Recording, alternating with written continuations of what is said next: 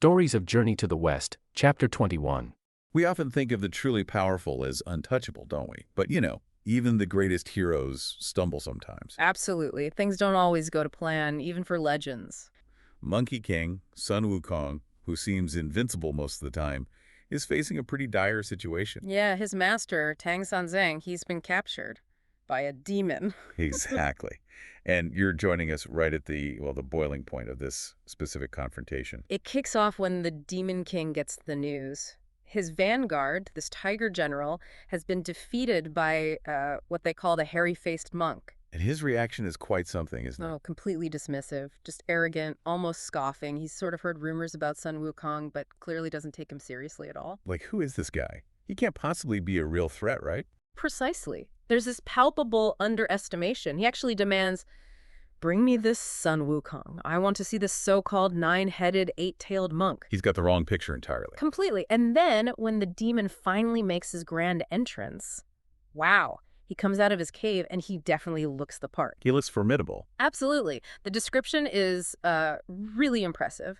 A golden helmet shining like the sun, and matching golden armor. Okay. Pheasant feather plumes adding this sort of dramatic flair. He's got a yellow robe, a dragon-adorned belt. The full regalia. Yeah, that's a heart-protecting mirrored deerskin boots, a willow leaf patterned skirt, and he's wielding this menacing three-pronged steel fork. Sounds terrifying. The text even compares him to like a divine figure. It really emphasizes this seemingly insurmountable presence. Visually, he screams power. Which makes what happens next even better. So he finally sets eyes on the actual Monkey King. Right, and you can imagine his surprise, maybe even confusion. Because he sees. Not some giant monster, but this, small, kind of thin figure.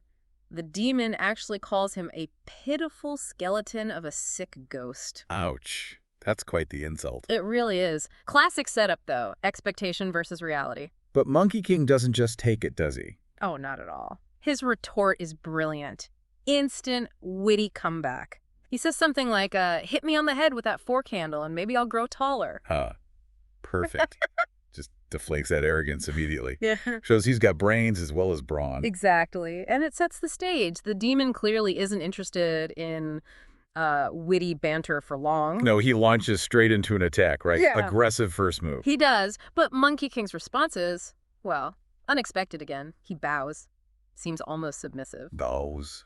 But he's Monkey King. I know. But as he bows, sap, he magically grows, shoots up to a height. Which is what, about 10 feet tall? Something like that, yeah. Huge transformation. And the demon's reaction. Total surprise. Fascinating. And Monkey King's still confident. Oh, dripping with confidence, almost taunting. He says something like, "Son, my staff is heavy. I'm afraid you can't handle it."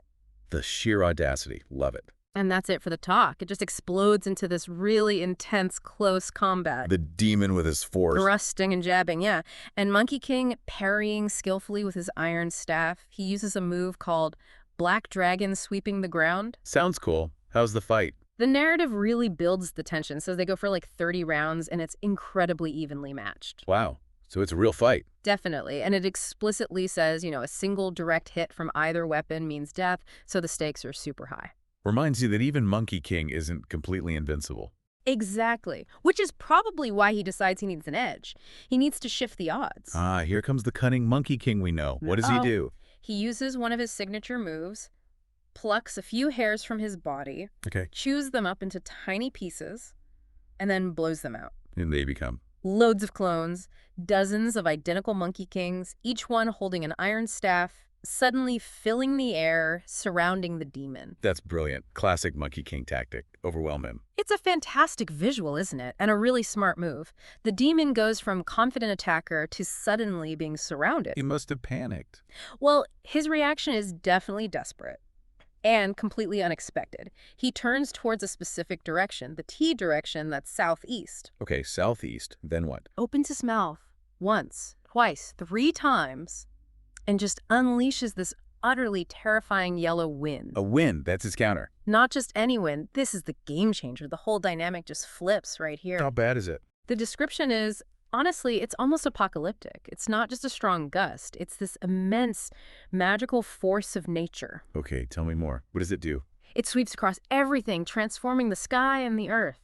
Trees, mountains uprooted like they're nothing, dust everywhere, blotting out the light. That was intense. It makes the Yellow River and the Shang River rage like crazy. The text says it shakes the heavens, causes alarm even down in the underworld. Wow. So it affects everyone, everywhere. Pretty much. We hear about panic among powerful beings, arhats, great vajras. They're thrown into disarray. Even them? Yeah. Bodhisattvas like Manjusri and Samantabhadra lose control of their mounts. Even someone like Zhenwu, the true warrior, can't keep track of his sacred tortoise and snake. That's insane. It's like cosmic chaos. It really is. Lao Tzu struggles to keep his elixir furnace safe. Shouxing, the star of longevity, has to desperately cling to his fan. And didn't you mention the Queen Mother? Get this, even her grand peach banquet gets disrupted. Her scut sash apparently breaks in the gale. No way. So literally no one is unaffected. Seems like it. Erlang gets lost. Neza can't find his sword. The Heavenly King misplaces his pagoda. Even Lu Ban, the master craftsman, loses his special drill. It's a whole catalog of disruption. It's not just inconvenience though, right? There's real damage. Oh yeah. Sacred places get hit hard. The Lion Monastery, really important place, has 3 layers collapse. Oof. And the Zhao Stone Bridge, famous for being indestructible, broken clean in 2. Unbelievable. The sun dims, stars vanish behind the dust, animals are terrified, families are scattered, even powerful mythical creatures get confused. Dragons, thunder gods, even Yan Wang, the king of hell, and his ox-head and horse-faced guardians are scrambling. It reaches everywhere. What about Guanyin? Incredibly, yes. The wind is so strong it buffets Mount Putuo, her sacred island, blows away one of her scripture scrolls, scatters lotus flowers. It just underscores how immense this thing is. The text really emphasizes its uniqueness, doesn't it? It does. The narrator explicitly says that since the creation of the world, no wind has ever been this, well, malevolent, this destructive. It's like a fundamental threat. Okay, so in the middle of all this chaos, what happens to Monkey King's clones? His brilliant plan. Completely backfires. The wind just rips through them, scatters them like leaves, spins them around helplessly in the air. Oh, man. So much for overwhelming numbers. Exactly. That raw, untamed power just nullified his magic. And what about Monkey King himself? The original. He gets blasted directly by the wind, too. It forces his special fiery eyes shut so tight he can't see a thing. Blinded, so he can't fight. Can't see, can't really wield his staff effectively. He's completely disoriented. He has no choice, really. He has to retreat. Monkey King retreating. That doesn't happen often. It's a stunning turnaround. Outmaneuvered, maybe even overpowered, not by skill, but by this totally unforeseen, devastating force. And the demon. Having won, basically. He just withdraws back into his cave, like, job done. Leaving Monkey King defeated outside. Wow. Yeah. It leaves you really wondering what he can possibly do next. And Pigsy's reaction. It's just peak Pigsy, isn't it? Oh, absolutely. The text paints this picture of him basically hunkered down in a hollow somewhere. Just hiding. Hiding, eyes shut tight, muttering Buddhist prayers. He's clearly terrified, worried, sick about Monkey and, of course, the master. He seems so helpless in that moment, you know, against that kind of force. Totally. And then the wind stops. Poof. Sky clears up. And his first thought, is Monkey okay? Nope. It's, oh no, the horse and the luggage. I'm stuck here alone with them. And then Monkey shows up. And Pigsy's first words are something like, whoa, what a wind. Where did you come from? Right. Exactly. He wants to know what on earth that was. He felt the power, the terror of it. Yeah. And Monkey. He gives this account of the fight, and it sounds, well, pretty intense. It does. He's brave, naturally, but you can tell he was maybe a little shaken by this one. So he describes fighting the demon who's got this 3-pronged steel fork. Yep. A formidable weapon. And they went at it for about 30 rounds. 30 rounds. That's not insignificant. That suggests a real fight. It really does. A proper contest of skill. And then Monkey, you know, does his thing. His signature move. Yeah. The multiplying. The outside body technique, yeah. Creates clones of himself to try and surround the demon. Standard powerful monkey move. But it doesn't quite work this time. No. Because the demon, feeling the pressure, unleashes the main event. That crazy yellow wind. And Monkey's reaction to the wind itself is telling, isn't it? Even he's impressed, in a bad way. He really is. He basically says, gosh, what a wind. Multiple times. He even admits his own skills in making wind and rain are nothing compared to this. Wow. For Monkey to admit something like that. It really highlights how powerful this demon's specific magic is. It's not just brute strength. It's something elemental, almost overwhelming. And Pigsy, thinking practically again, he asks, okay, but was the demon a good fighter? Was it the fork technique? Right. Was it the martial skill that beat you? And Monkey's answer is quite, well, honest, actually. It is. He says the demon's fork technique was orderly, well executed. He gives him credit. Says they were pretty much evenly matched in the actual combat. So it was other fighting. No. Monkey's very clear. It was Yeah. the wind. Only the wind. That's what forced him to back off. It's a different kind of threat they're facing. But the wind didn't just, like, blow him away and that was it. There was another consequence, right? Something unexpected. Yeah, a really interesting kind of humanizing problem. His eyes. His eyes. What happened? That magical wind, all the dust and grit maybe, it made his eyes incredibly sore. They just wouldn't stop watering. Ouch. So even the great sage equal to heaven gets sore eyes. Apparently so. It's a vulnerability you don't often see. And Pigsy's reaction to this? Sympathetic concern. Huh. More like blunt practicality. He points out, brother, we're kind of in the middle of nowhere here. No eye doctors, not even an in around. Thanks, Pigsy. Always helpful. Right, but it does lead Monkey to make a decision. Okay, what's the plan? He figures that the demon won't harm the master straight away. So he decides, let's find somewhere to stay for the night. Rest up, deal with the eye problem, then figure things out. Sensible, actually. Regroup. Exactly. So they start walking as it's getting dark, and they follow the sound of dogs barking, see some faint lights.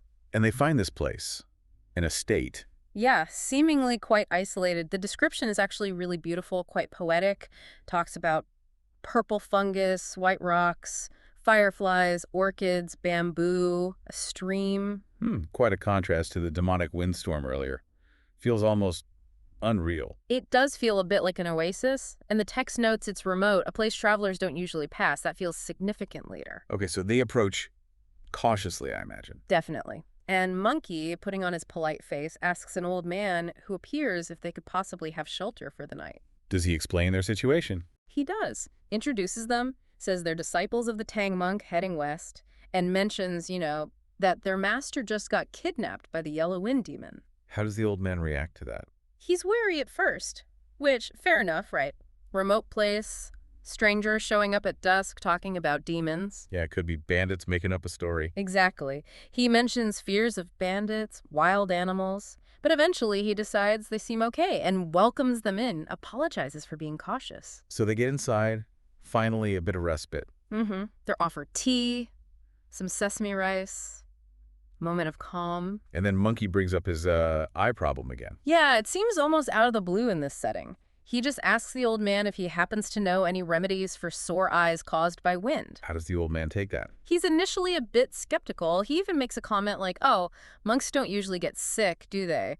Kind of reflects a common idea about holy men being above illness. Interesting perspective. So Monkey explains. Right. Monkey clarifies, no, it was that crazy wind from the demon. And this, where things get weird, right? This is where it gets really interesting, because the old man doesn't just say, oh, bad wind.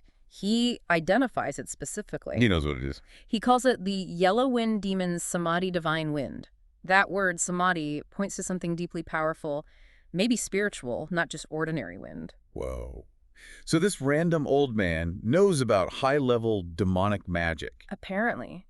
And he describes how terrifying it is, says it darkens the sky, bothers ghosts and spirits, shatters cliffs, can kill people instantly. He sounds genuinely impressed, or maybe horrified. Both, I think. He's absolutely astonished that Monkey actually survived being hit by it, which, again, just emphasizes how dangerous it was. And Monkey's response. Still in pain, but... But still Monkey. He basically puffs up his chest, metaphorically speaking, and says something like, well, we're not gods, but gods are kind of my juniors, My life isn't ended that easily. Classic Monkey. A bit boastful even when asking for help. Totally. But he finishes with, but yeah, my eyes still really hurt. Huh. So, does the old man buy the boast? He seems to. He looks at Monkey differently, says something like, someone with a background. He recognizes Monkey's not just some ordinary traveler monk. And this changes things. It does, because then the old man reveals something incredible. He says he sometimes gets watery eyes, too. Okay. And he just happens to have this special ointment, the 3 flowers 9 seeds paste. Wait, a magical-sounding name for exactly what Monkey needs. Precisely. He claims it cures all eye problems caused by wind. Talk about a stroke of luck. Or maybe not luck. Yeah, that feels a little too convenient, doesn't it? It really does. In these kinds of stories, convenience often points to something else going on. So Monkey, naturally, asks if he can try some. Politely, of course. Might I trouble you for a little? And the old man, happy to oblige. Readily agrees. Gets out the small agate jar, takes a jade hairpin, nice touch, and applies a bit of the paste directly to Monkey's eyes. Wow, very hands-on service. Tells him to keep his eyes closed, rest up, let it work. Seems like an amazing act of kindness. Meanwhile, what's Pigsy doing? Oh, Pigsy's getting their bedding sorted, and he can't resist a little joke at Monkey's expense. Oh, yeah. Teases him about needing a seeing eye staff now that his eyes are closed. Always finding a moment for humor, that one. Yeah. The text also mentions Monkey kind of using his powers or meditating late into the night before finally sleeping. Okay, so ointment applied, jokes made, they finally sleep. What happens in the morning? The morning brings a total shock. Monkey wakes up at dawn. Eyes feeling better. We assume so, but the big surprise is the house is gone. Gone, like completely vanished. Completely, no building, no doors, no old man. Just the old locust and willow trees they saw when they first arrived. And Pigsy. Still fast asleep on the grass nearby. Whoa, okay, that's definitely not normal. How does Pigsy react when he wakes up? Utter confusion, just complete bewilderment. Where's the house? And his immediate next thought, let me guess. The horse and the luggage. Did they take the horse? Oh, Pigsy. Predictable. Monkey points out, no, the horse and luggage are right there, safe and sound. Which must make Pigsy even more confused. If they weren't robbed, then what? Exactly. He starts trying to rationalize it in the most mundane way. He's like, wow, that household sure is lazy, packing up and moving without even telling us. He thinks they just moved house overnight, without making any noise. He genuinely wonders why they didn't hear anything. Like maybe they were hiding from taxes or something. His mind just doesn't go to magic. It's kind of adorable in a way, that contrast between his worldview and their reality. It really is. But Monkey, of course, he gets it. He knows what happened. He seems to. He has this little knowing chuckle, apparently. And points Pigsy towards. A piece of paper stuck to one of the trees. A note. Uh-huh. The explanation arrives. What does it say? It's a 4-line verse. Pigsy reads it out. And the gist is? The gist is, that house wasn't real. It was an illusion, a temporary place conjured up by the Dharma protecting Galan. Galan. Who are they? They're guardian deities in Buddhism, specifically ones tasked with protecting the Dharma, the teachings, and in this case, protecting the Tang monk on his journey. So divine intervention. The old man, the house, the medicine. It was all them. Exactly. The note explicitly says the medicine was given to cure Monkey's eye pain, and it tells them, get on with it. Go subdue the monster. Wow, so they were being helped without even realizing it at first. Right. And Monkey recognizes these deities. He explains they operate under orders from the Bodhisattva Guanyin to secretly watch over the Tang monk. Secretly being the key word, I guess. Yeah. Why haven't they helped more obviously before? Well, Monkey offers a reason. He suggests that since Pigsy joined the group, they haven't really needed the Gellan's direct help as much. A bit of a backhanded compliment to Pigsy, maybe? Huh, perhaps. So the Gallons step in when things get really tough, like Monkey being incapacitated by the wind. That seems to be the implication. They provide help subtly, without revealing themselves when it's truly needed. How does Pigsy take this revelation? Is he annoyed they were tricked? Actually, no. He seems to understand it pretty quickly. He gets that the deities couldn't just appear openly. He's okay with the illusion. Yeah, he's more focused on the fact that they did help. They got eye medicine for Monkey, they got a meal, a place to rest. He's actually grateful. Good old practical Pigsy. Focus on the benefits. He even tells Monkey, essentially, don't blame them. Let's just be thankful and focus on rescuing the master. He brings it back to the mission. Right. So the divine intervention worked. Monkey's eyes are better, and they have their next steps figured out. Pretty much. Monkey agrees with Pigsy. No time for complaints. His plan is to go scout out the Yellow Wind Cave first. Reconnaissance. Makes sense. Yeah, get the lay of the land, see what they're up against. He tells Pigsy to stay behind and guard the horse and luggage. And Pigsy's okay with that plan. He is, but with a typical Pigsy condition. He basically says, okay, but find out if the master is still alive first. If he is, we go all out. If not, well, he sort of leaves it hanging. He wants proof of life before committing to a potentially deadly rescue. Can't entirely blame him, I suppose. No, it's cautious, it's pragmatic, it's Pigsy. So Monkey heads off, determined, leaving Pigsy with the baggage once again. So Wukong, instead of just charging in, does something. Well, unexpected. He changes into a mosquito. A flower-legged mosquito, no less. It's such a Wukong move. Thinking outside the box, right? So tiny mosquito Wukong flies in. Total stealth. And he hears the monster kind of bragging, talking about surviving this big wind attack. Right, and the monster actually thinks the wind might have finished Wukong off. Yeah, or at least scared him away. He's feeling pretty pleased with himself. Overconfident. A classic villain mistake. Then Wukong finds his master, Tang Sanzang, tied to this pillar. A wind-fixing pillar, the text calls it. And the poor master is despairing, thinking his disciples aren't coming. And Wukong, as a mosquito perched on his head, whispers to him, like, "Hey, I'm here." It's kind of funny, but also shows his dedication, right? Even tiny, he's trying to reassure him. Imagine hearing a mosquito tell you the Monkey King is on the case. It's that mix of seriousness and, absurdity that makes the story so memorable. Okay, so Wukong knows where his master is. Stage 1, check.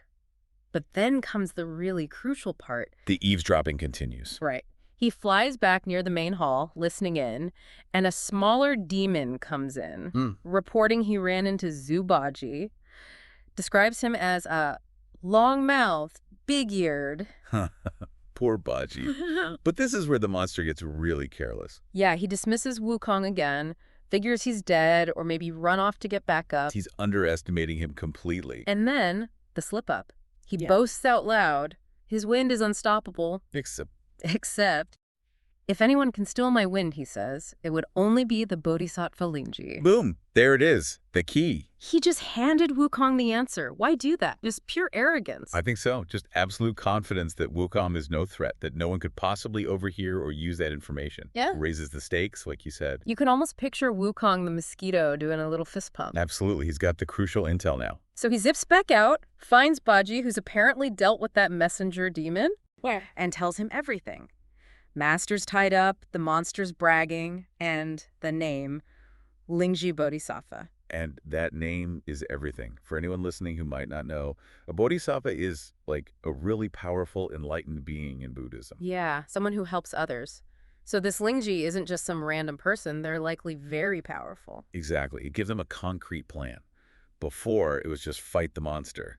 Now it's find Lingji Bodhisattva. It totally shifts their strategy, doesn't it? Completely. They have a specific solution to seek out, not just a problem to overcome. So you need to find this Bodhisattva. But where? How?